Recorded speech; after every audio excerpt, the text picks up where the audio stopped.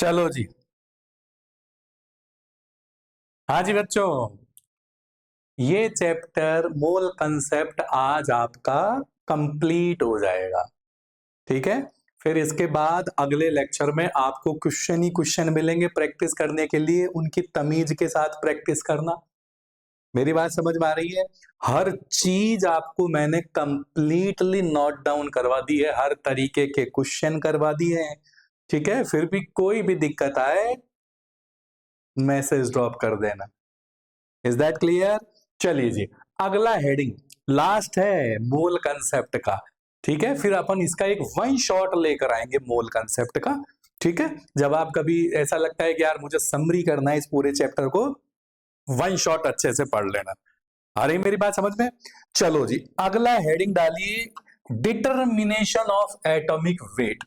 Equivalent weight निकालना सीख लिया था, अब एटॉमिक वेट निकालना सीखते हैं। देखो, एटॉमिक वेट को निकालने के लिए तीन कंसेप्ट, तीन थ्योरम दी गई है। पहली दिख रही है बोर्ड पे, ड्यूलोंग एंड पेटिट लॉ। दूसरा है लॉ ऑफ आइसोमॉर्फिज्म। तीसरा है by the vapour density of volatile chloride. ये तीन तरीके हैं जिससे अपन किसी भी एटम के एटॉमिक वेट को कैलकुलेट कर सकते हैं। इसमें पहला पॉइंट आता है ड्यूलोंग एंड पेटिट लॉ। देखो ये लॉ क्या कहता है, ये दोनों साइंटिस्ट हैं। अगर किसी भी एटम को ले लिया है, किसी भी एलिमेंट को ले लिया, अगर उस एटम के एटॉमिक वेट को, उस एटम के एटॉमिक वेट को उसकी स्पेसिफिक हीट से मल्टीप्लाई कर दिया जाए। किससे मल्टीप्लाई कर दिया जाए? Specific heat. वापस सुन लीजिए, किसी एटम के एटॉमिक वेट को उसकी स्पेसिफिक हीट से मल्टीप्लाई कर दिया जाए तो आपका आंसर लगभग 6.4 आएगा। सब किसी पर्टिकुलर एलिमेंट के लिए नहीं, सबके लिए। अगर किसी भी एटम को, जैसे एक एटम पकड़ लिया, उसका एटॉमिक वेट निकाल लिया मैंने, जैसे सोडियम का 23 है, कार्बन का 12 है, नाइट्रोजन का 14 है। अगर मैं उनके स्पेसिफिक हीट से उसको मल्टीप्लाई कर दूं हर एटम का, तो सबका आंसर लगभग 6.4 आएगा। स्पेसिफिक हीट क्या होती है? हल्का फुल्का नाम तो सुना होगा। देखिए, स्पेसिफिक हीट होती है किसी भी कंपाउंड के 1 ग्राम का टेम्परेचर 1 डिग्री बढ़ाने के लिए दी गई हीट। जैसे ये कंपाउंड मान लेते हैं 100 ग्राम का है, तो मैं इसका टुकड़ा कर करके 1 ग्राम निकाल लेता हूं, 1 ग्राम। अब मैं इसके 1 ग्राम को गर्म कर रहा हूं। मान लेते हैं ये पहले 25 डिग्री पर था, मुझे 26 करना है। जैसे मान लेते हैं आपका वजन 1 ग्राम का है, ठीक है, आप 25 डिग्री पर हो, अभी मैंने आपको तवे पर रख के गर्म कर दिया और आपका टेम्परेचर 26 डिग्री कर दिया। तो आपके टेम्परेचर को 1 डिग्री बढ़ाने के लिए, 25 से 26 करने के लिए जो मैंने हीट दी है, वो हीट कहलाती है स्पेसिफिक हीट। और अगर इसकी तमीज के साथ डेफिनेशन बोले, किसी भी कंपाउंड के 1 ग्राम का टेम्परेचर 1 डिग्री या 1 केल्विन बढ़ाने के लिए दी गई heat is called specific heat. लेकिन ये डेफिनेशन यहां अपने काम नहीं आएगी, थर्मोडायनेमिक जब चैप्टर पढ़ोगे उसमें तो ये बमंडर मचा के रखेगी आपका। अब बताओ, अगर मान लेते हैं मुझे एटॉमिक वेट निकालना है। क्या निकालना है? Atomic weight. तो बताओ कैसे निकालोगे? एटॉमिक वेट बराबर कितना हो गया आपके, बताओ? 6.4। स्पेसिफिक हीट इसके नीचे चला जाएगा, स्पेसिफिक हीट। अब जरा बताना, आपका आंसर एग्जैक्ट आएगा कि अप्रोक्स आएगा? लगभग बराबर है, तो आपका अप्रोक्स एटॉमिक वेट आएगा। कैसा आएगा मेरे बच्चों? ये अप्रोक्स एटॉमिक वेट। लेकिन आपको तो एग्जैक्ट निकालना है। अप्रोक्स में इतना डिफरेंस नहीं आता है कि 1 का या 2 का डिफरेंस आ गया कि साहब 80 या 60 लगभग बराबर ही तो है।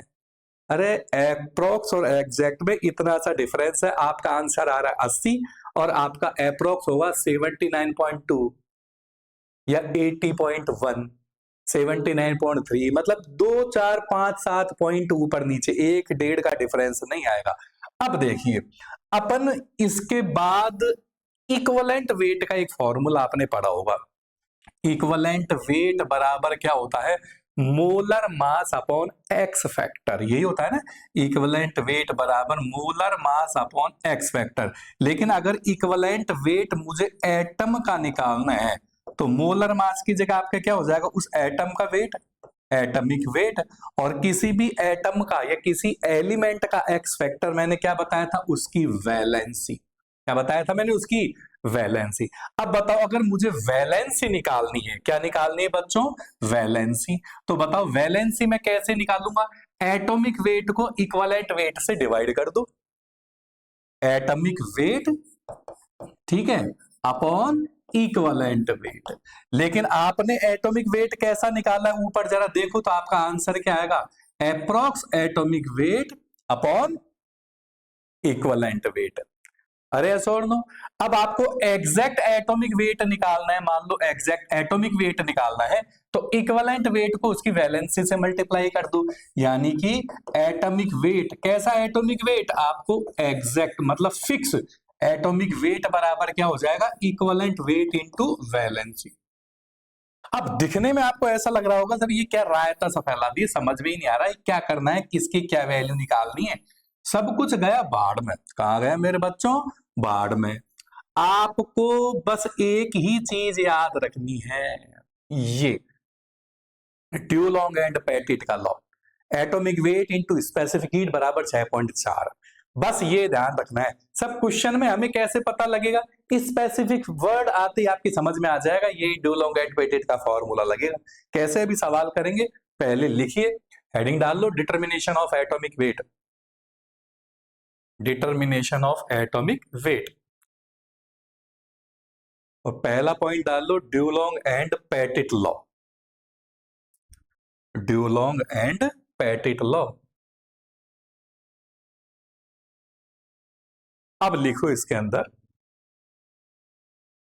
According to this law, according to this law, the product of specific heat, the product of specific heat and atomic weight of an element, the product of specific heat and atomic weight of an element is approx 6.4, is approx 6.4। अब इसको एक बार screenshot ले लो,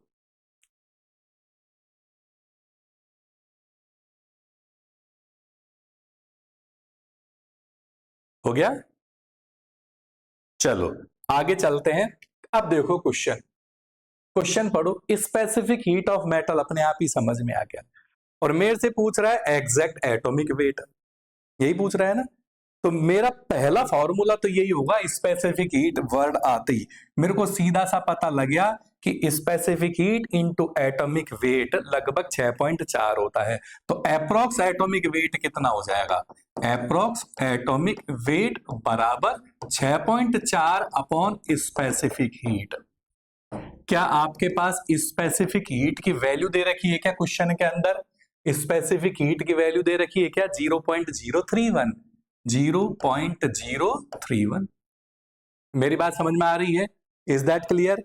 जब आप इसको divide करोगे तब आपके पास वैल्यू आएगी 206.45, आपका यहीं से ही आंसर आ जाएगा।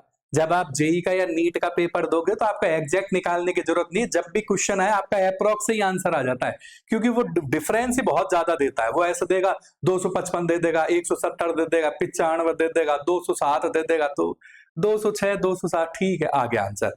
वहां ज्यादा वैज्ञानिक बनने की आपको आवश्यकता नहीं है। मेरी बात समझ में आ रही है, इसी से ही आंसर आ जाएगा। लेकिन अगर आपके ऑप्शन ही ऐसे हैं 206.45, 206.90, 207.12, 207.18, तब आपको भैया निकालना पड़ेगा।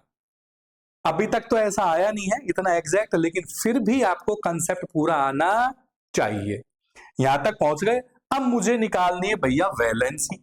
अभी देखो जस्ट ऊपर बताओ, मैंने वैलेंसी का फॉर्मूला क्या बताया था, वैलेंसी का approx atomic weight upon equivalent weight. आपके पास एप्रोक्स एटॉमिक वेट कितना आया बताओ, 206.45।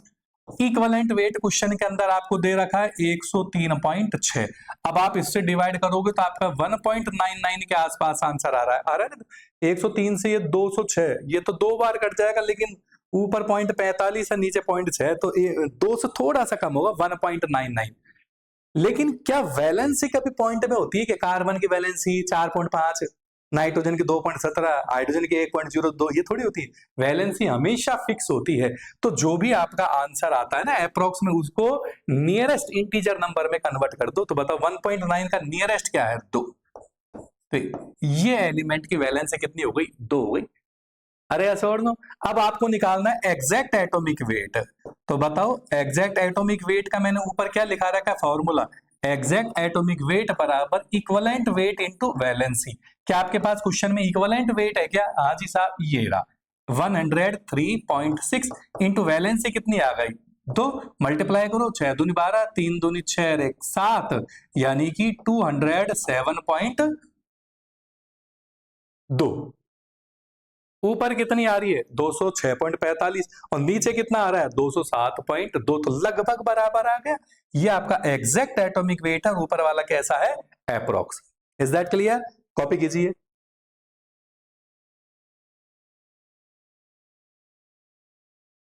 हो गया बच्चों?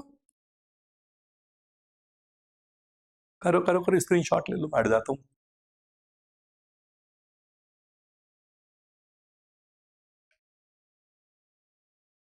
चलिए आगे चलते हैं। अगला क्वेश्चन पढ़ो, ये बहुत शानदार क्वेश्चन है। अ क्लोराइड ऑफ एन एलिमेंट, मतलब एक एलिमेंट का क्लोराइड है, या मान लो एक मेटल का क्लोराइड है, जिसके अंदर इतना परसेंट क्लोरीन है, 49.5% क्लोरीन है। ठीक है, स्पेसिफिक हीट ऑफ एलिमेंट आपको दे रखी है, कैलकुलेट द इक्विवेलेंट वेट निकालना है, वैलेंसी निकालना है, एग्जैक्ट एटॉमिक वेट निकालना है, तीनों चीज निकालनी है। आपको क्या दे रखा है? क्लोराइड ऑफ एलिमेंट, यानी कि एक एलिमेंट का क्लोराइड है। मैं क्या यूं लिख सकता हूं क्या? MCl या ECl, ई मतलब एलिमेंट, MCl कुछ भी लिख दो। अब इसको तोड़ो, तोड़ना आता है? इसको तोड़ोगे तो क्या लिखोगे? M प्लस, इसको तोड़ोगे तो क्या लिखोगे? Cl minus. क्या कभी मैंने बचपन में कुछ पढ़ाया था क्या?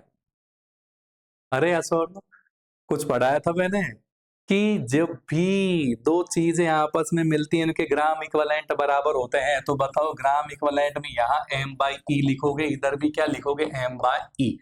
ग्राम इक्विवेलेंट निकालने के कितने तरीके बताए थे? 3। NV M/E mole into x factor. तो साहब आपने यहाँ ME क्यों लिया? क्योंकि इक्विवेलेंट वेट मतलब मुझे ग्राम दे रखा है, ये दे रखा है ना उसने, कंटेन 49.5% क्लोरीन। अब यहां बाय वेट लिख लो, हालांकि पेपर वाले ने दिया नहीं है, लेकिन फिर भी तुम्हें आना चाहिए। आप यहां लिख लो बाय वेट। क्या लिख लो? By weight. मैं लिख देता हूं, ये लिख बाय। बाय वेट का मतलब जानते हो मेरे बच्चों? बाय वेट ग्राम में। ठीक है, अगर यहां पर जैसे परसेंटेज के बारे में दिया ही नहीं है, तो अपन को बाय वेट ही लिखना पड़ेगा। W/V मत लिखना, W/V तो लिक्विड के लिए लिखते हैं। अरे बताया था ना मैंने, W/V अगर परसेंट के बारे में कुछ नहीं कहा जाए और लिक्विड है तो W/V मान लेते हैं, लेकिन तो मेटल क्लोराइड सॉलिड है, यहाँ वॉल्यूम थोड़ी आएगा यहाँ। तो यहाँ बाय वेट करके मैंने M/E लिख दिया। अब मुझे क्या यहाँ पर वेट दे रखा है क्या मेटल का? यस सर है ना। उसने क्लोरीन का मास दे रखा है मुझे। क्लोरीन का कितना दे रखा है बताओ? 49.5। कितना है बताओ क्लोरीन का? 49.5। अरे यस सर, नो सर। तो बताओ मेटल का कितना हो जाएगा? 100 में से माइनस कर दो ना भाई, परसेंट का मतलब कितना होता है? 100। तो 100 में से इसको माइनस कर दो, तो 100 में से 49.5 माइनस गया, तो बताओ इसका कितना आ जाएगा? 50.5। अरे yes sir, no sir. Metal का इक्विवेलेंट वेट मुझे निकालना है, Cl माइनस का इक्विवेलेंट वेट निकालना आता है। इक्विवेलेंट वेट Cl माइनस का अपन जानते हैं molar mass upon x factor. Cl का कितना होता है? 35.5। आयन का एक्स फैक्टर, आयन का एक्स फैक्टर उसका चार्ज हो गया, ये 35.5 आ गया आपके पास। अरे यस सर, नो सर। मेरी बात समझ में आ गई? M/E मेटल का मास निकाल लिया, क्लोरीन का मुझे दे रखा था 49.5, 100 में से मैंने इसको माइनस कर दिया। इक्विवेलेंट वेट मुझे मेटल का निकालना है, तो बताओ इक्विवेलेंट वेट के लिए क्रॉस मल्टीप्लाई कर दो, तो कितना आएगा बताओ? 50.5 इंटू 35.5 अपॉन 49.5। अरे यस सर, नो सर। आ गई होगी मेरी बात समझ में। जब आप इसे काटोगे तो आपके पास वैल्यू आएगी 36.2। ये आपके पास इक्विवेलेंट वेट आ गया। किसका इक्विवेलेंट वेट आ गया? मेटल का। तो क्या मेरा पहला क्वेश्चन हो गया क्या? जरा देखना, इक्विवेलेंट वेट ऑफ मेटल। अब मुझे निकालना है वैलेंसी बी। अब बताओ, मैंने वैलेंसी निकालने के लिए कोई फॉर्मूला बताया था कि आपको वैलेंसी है, वैलेंसी निकालने के लिए approx atomic weight upon equivalent weight, यही बताया था ना, approx atomic weight upon equivalent weight. क्या आपके पास एटॉमिक वेट है? क्या आपके पास एटम का वेट? ये तो मास है सर, ये एटॉमिक वेट थोड़ी है, ये तो मास है। जैसे मान लेते हैं मेरा एटॉमिक वेट है 70 ग्राम, मेरी समझ में, मेरा एटम का वेट, जैसे कार्बन का एटॉमिक वेट है जैसे 12, और मैंने कार्बन का 6 ग्राम लिया है, वो मास है। और वो एटॉमिक वेट मतलब जो एग्जैक्ट होता है, तो मेरे पास एटॉमिक वेट तो है नहीं। अब बताओ मुझे एटॉमिक वेट निकालने के लिए क्या काम में लेना पड़ेगा? तो याद आ रहा होगा अभी जस्ट थोड़ी देर पहले मैंने बताया था, एटॉमिक वेट बराबर क्या होता है, बताओ, 6.4 अपॉन स्पेसिफिक हीट, है ना। तो आप क्या लिखोगे, एप्रोक्स एटॉमिक वेट बराबर 6.4 अपॉन स्पेसिफिक हीट। क्या आपके पास क्वेश्चन में स्पेसिफिक हीट की वैल्यू दे रखी है? क्या आपको स्पेसिफिक हीट की वैल्यू 0.064, 0.064 डिवाइड करो 64 से 64 करके, ये आ गया 100। ये आपका आया एप्रोक्स एटॉमिक वेट। क्या है मेरे पास बच्चों, एप्रोक्स एटॉमिक वेट बराबर 6.4 अपॉन स्पेसिफिक हीट। लेकिन मुझे निकालनी है क्या, वैलेंसी। क्या निकालनी है मेरे बच्चों, वैलेंसी। तो बताओ वैलेंसी का फॉर्मूला मैंने क्या बताया था अभी, approx atomic weight upon equivalent weight. क्या आपके पास एप्रोक्स एटॉमिक वेट है? क्या यस सर 100 है, आ गया ना। क्या आपके पास इक्वलेंट वेट आया? क्या यस सर 36.2 आया। तो 3 तिया 9 और ये हो गया 6 तिया 18, है ना। तो लगभग 3.7 के आसपास आ गया, सॉरी 3 दूनी 6, लगभग 2.7 के आसपास आ गया। 35 दूनी 35 तो 105 हो जाएगा, 2.7। क्या 2.7 को 3 लिखा जा सकता है क्या? क्योंकि वैलेंसी कभी भी फ्रैक्शन के अंदर नहीं होती, तो 2.7 को क्या लिख सकते हैं अपन, 3 लिख सकते हैं। तो क्या मेरे को वैलेंसी का पता लग गया, इक्विवेलेंट वेट का पता लग गया, वैलेंसी का पता लग गया। अब मेरे पास तीसरा पॉइंट बचता है एग्जैक्ट एटॉमिक वेट। क्या बचता है तीसरा पॉइंट, सी, एग्जैक्ट एटॉमिक वेट। तो बताओ एग्जैक्ट एटॉमिक वेट निकालने के लिए अपन क्या करेंगे, इक्विवेलेंट वेट इनटू वैलेंसी। क्या आपके पास इक्विवेलेंट वेट है क्या, 36.2, यही है ना इक्विवेलेंट वेट, इनटू वैलेंसी है आपके पास, वैलेंसी हो गई 3, मल्टीप्लाई कर लो, 3 दूनी 6, 6 ती 18, 3 3 9, 1 हो गया 10, 108.6। अरे यस सर, नो सर, ये आपका हो गया exact atomic weight. Is that clear according to question? अब इसको कॉपी कर लीजिए। कुल मिलाकर आपको पेपर में अगर इक्विवेलेंट वेट दे देता है तो बहुत अच्छी बात है, लेकिन अगर इक्विवेलेंट वेट नहीं देता है तो इक्विवेलेंट वेट निकालने का तरीका यही है। अगर मेटल क्लोराइड की जगह मेटल ऑक्साइड होता तो M+2O-2 लिख देते, मेटल सल्फेट होता M+2SO4-2 लिख देते। पिछली क्लास का वीडियो उठा के देख लेना, उसमें सब कुछ लिखाया हुआ है। Is that clear? हम थोड़ा सा इसको मैं छोटा कर देता हूं ताकि स्क्रीनशॉट लेने में आसानी हो जाए। ये लो,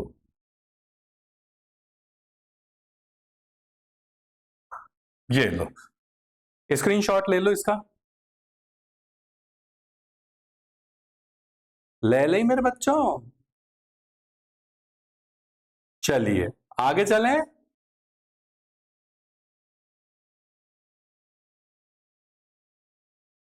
हाँ भाई, ये तो अपना पहला पॉइंट हो गया था, कौन सा, ड्यूलॉन्ग एंड पेटिट लॉ, और उस पर अपन ने क्वेश्चन कर लिए। अगला पॉइंट आता है आपका law of isomorphism. Law of isomorphism, देखो आइसोमॉर्फिज्म को जरा बोल के सोचो क्या है। लॉ ऑफ आइसोमॉर्फिज्म का मतलब होता है आइसोमॉर्फस, मतलब जो दिखने में हमें एक जैसा लगता है। कैसा लगता है, जो दिखने में एक जैसा, ठीक है। जो बाहर से दिखने में एक जैसा लगे लेकिन जिनकी प्रॉपर्टी अलग अलग होती है, वो कहलाते हैं एक दूसरे के आइसोमॉर्फस कहलाते हैं। मेरी बात समझ में आ रही है? तो अगर मैं इसकी डेफिनेशन लिखूं, the compounds which are of same shape and size are called isomorphic each other and this property is called isomorphism. दिखने में एक जैसे लगे, जैसे जुड़वा बच्चे दिखने में एक जैसे लगते हैं, वो एक दूसरे के आइसोमॉर्फस हैं, लेकिन प्रॉपर्टी तो अलग अलग, एक का गुस्सा तेज है, एक का गुस्सा कम है, एक सीधा एक तेज है, एक कुछ खाता है, एक कुछ खाता है। मेरी बात समझ में आ रही है? ठीक है। अब कैसे पहचाने आइसोमॉर्फिज्म को? मैंने कहा ना, दिखने में एक जैसा लगे, जिनका केमिकल फॉर्मूला दिखने में एक जैसा लगे। जैसे मान लेते हैं, मैंने कहा Na2SO4, क्या कहा? Na2SO4, या मैंने कहा K2SO4, मैंने कहा MgSO4, मैंने कहा ZnSO4, अरे SO, मैंने कहा MgSO4.2H2O, मैंने कहा ZnSO4.2H2O, जिनका केमिकल फॉर्मूला दिखने में एक जैसा लगे। तो साहब इससे क्या फायदा होता है? आइसोमॉर्फिज्म में हर एक एलिमेंट की वैलेंसी का पता लग जाता है। जैसे MgSO4 में बताओ, Mg की वैलेंसी या चार्ज कितना है? +2, तो Zn का भी +2 ही होगा। इधर Mg +2 SO4 -2, इधर Zn +2 SO4 -2। आइसोमॉर्फिज्म में हर एक एलिमेंट की वैलेंसी क्या होती है? सेम। लिखे, पहले डेफिनेशन लिखो, दूसरा पॉइंट डाल के law of isomorphism, law of isomorphism, और लिखिए the compound which have same shape and size, the compound which have same shape and size but have different properties are called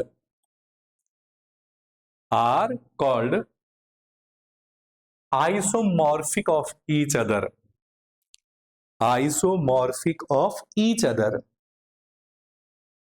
and this property is called isomorphism.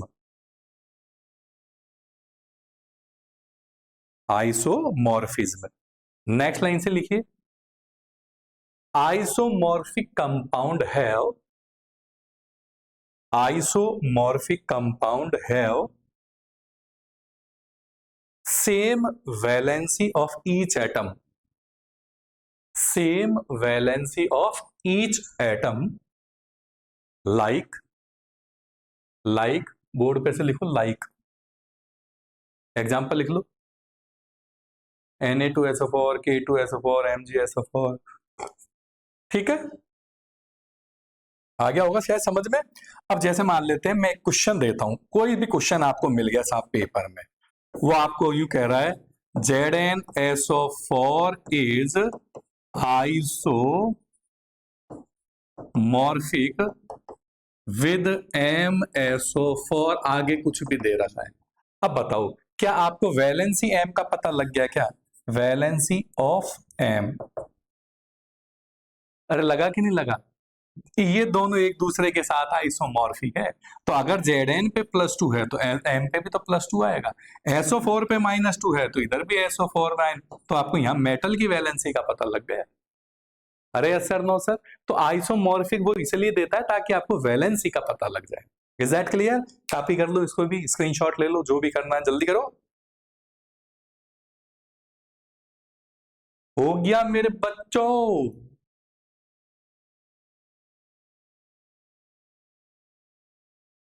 आगे चालें?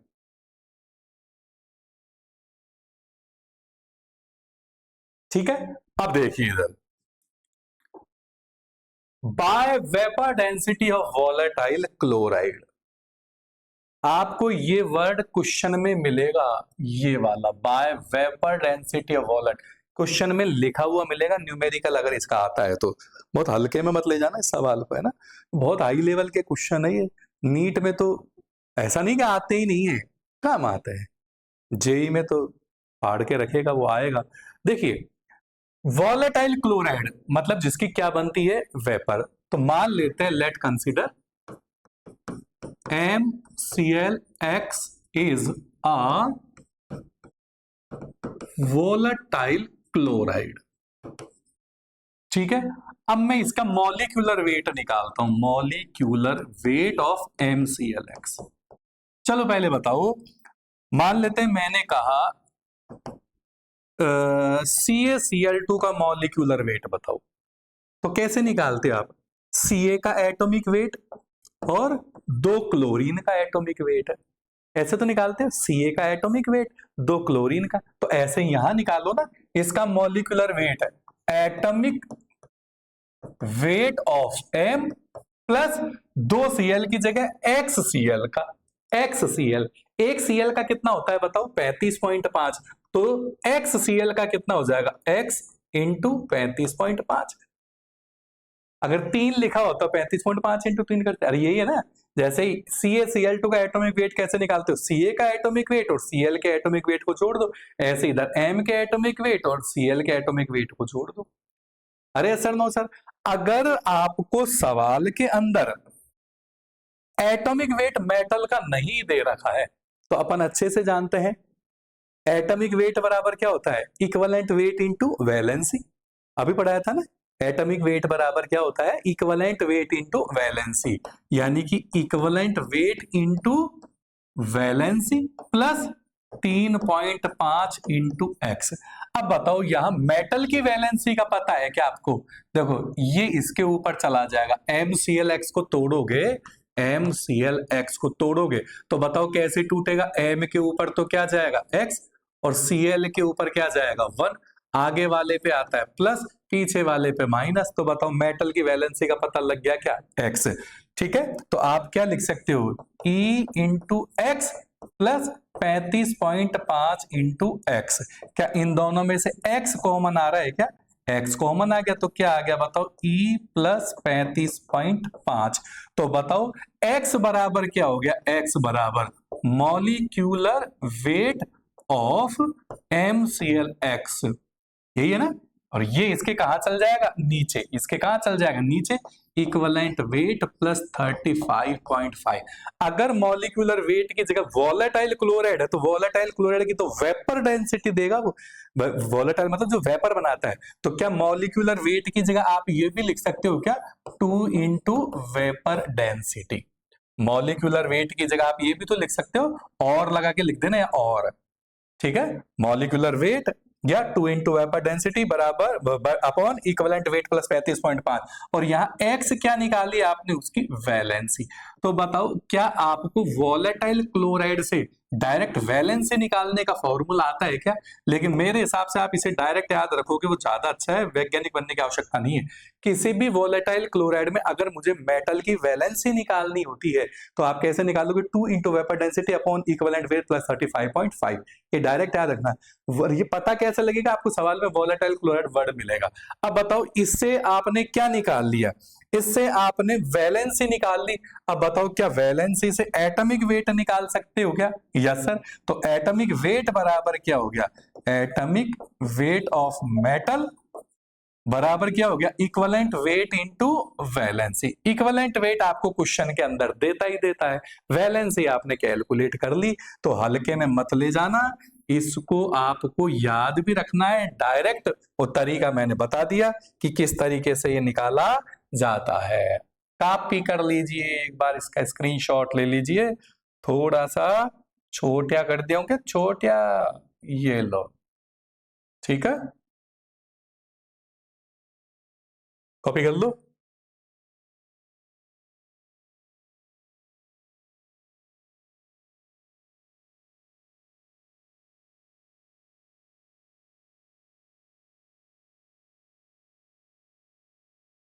हो गया बच्चों?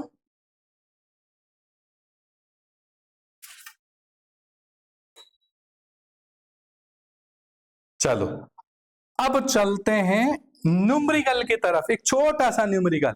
Equivalent weight of sulphur in SO2 is 8, then find equivalent weight of sulphur in SO3। आगे वाले को भाड़ में जान दो, आपसे पूछ क्या रहा है? Equivalent weight of sulphur in SO3, यानी कि मुझसे सल्फर का इक्विवेलेंट वेट पूछ रहा है। इक्विवेलेंट वेट अपन अच्छे जानते हैं, molar mass upon x factor. किसका पूछ रहा है? ये सल्फर का। तो मोलर मास भी किसका आना चाहिए? सल्फर का। एक्स फैक्टर भी किसका आना चाहिए, सल्फर का। बताओ सल्फर का मोलर मास तो आप जानते हो 32 होता है। अब सल्फर का एक्स फैक्टर बताओ, मतलब किसी कंपाउंड में किसी एलिमेंट का एक्स फैक्टर पूछ रहा है। क्या पूछ रहा है, किसी कंपाउंड में किसी एलिमेंट का एक्स फैक्टर।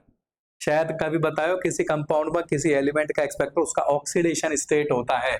तो बताओ SO3 में S का ऑक्सीडेशन स्टेट कितना हो गया, 1S प्लस 3O बराबर 0 कुछ बताया था मैंने। O का कितना होता है -2, तो ये हो गया -6 बराबर 0, तो S का कितना हो गया +6, +6 है तो एक्स फैक्टर कितना हो गया 6। तो बताओ यहाँ आपको क्या एक्स फैक्टर का पता लग गया, तो कितना हो गया बताओ 16/3 हो गया। ये इसका क्या आ गया, इक्विवेलेंट वेट ऑफ सल्फर। तब ये पहली लाइन क्यों दी है, ये तो बेवकूफपना ने दी है। आप चाहो तो पहला भी करके देख लो आप। SO2 में S का इक्विवेलेंट वेट निकालना है SO2 में, और ये काई के अंदर आपका SO3 में है। आप निकाल रहे हो SO2 में S का इक्विवेलेंट वेट, तो पूरा molar mass upon x factor, molar mass वही सल्फर का, एक्स फैक्टर वही सल्फर का। सल्फर का मोलर मास तो कितना होता है 32।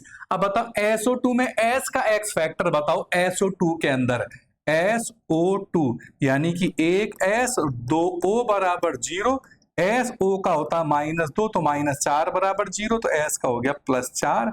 तो किससे डिवाइड कर दो, इसको 4 से डिवाइड कर दो, तो आ गया ना 8। 8 ही तो दे रखा है। तो ये तो हमें क्वेश्चन में दिया है, इससे हमारा कोई लेना देना नहीं है, हमारा तो सीधा सा ही आंसर आ रहा है। अरे यस सर, नो सर, ठीक है। कब पिक किए जाए,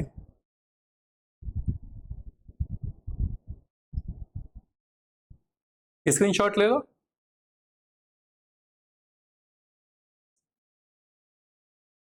अब एक लास्ट क्वेश्चन आपके लिए, एक लास्ट क्वेश्चन और कर लो आप। अच्छा क्वेश्चन है, बढ़िया। Find required volume,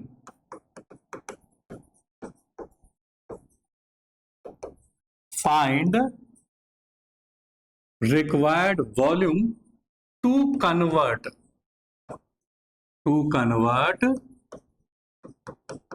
semi normal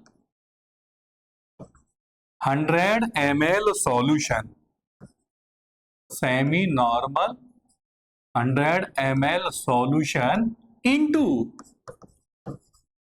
into deci normal solution, deci normal solution.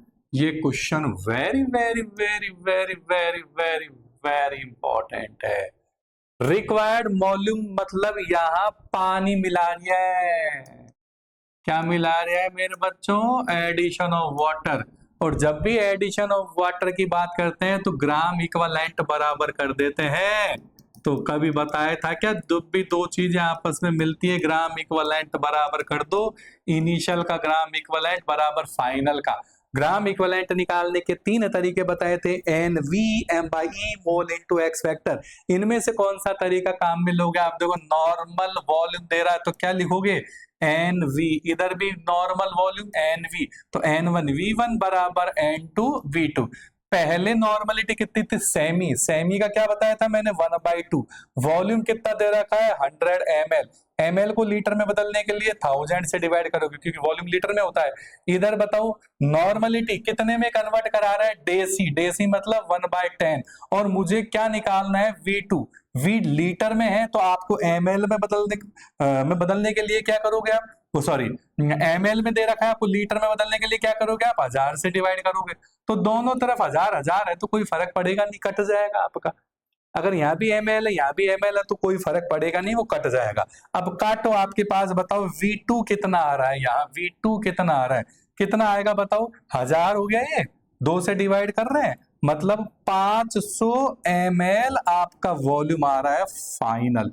लेकिन मेरे से उसने पेपर वाले ने पूछा कि रिक्वायर्ड वॉल्यूम कितना है, और आपके पास आ रहा है यहाँ फाइनल वॉल्यूम। तो बताओ रिक्वायर्ड वॉल्यूम कैसे निकालते हैं कि साहब आया 500, पहले था 100, जरूरत कितने की पड़ी 400 ml की, आपके पास 500 रुपए है, 100 पहले थे, तो कितने की जरूरत आई आपको? भाई 500 है, 100 मेरे पास पहले थे, तब 400 की जरूरत आई, तो रिक्वायर्ड वॉल्यूम कितना हो गया? 400 ml। Is that term clear? हम कॉपी कर लीजिए, स्क्रीनशॉट ले लीजिए।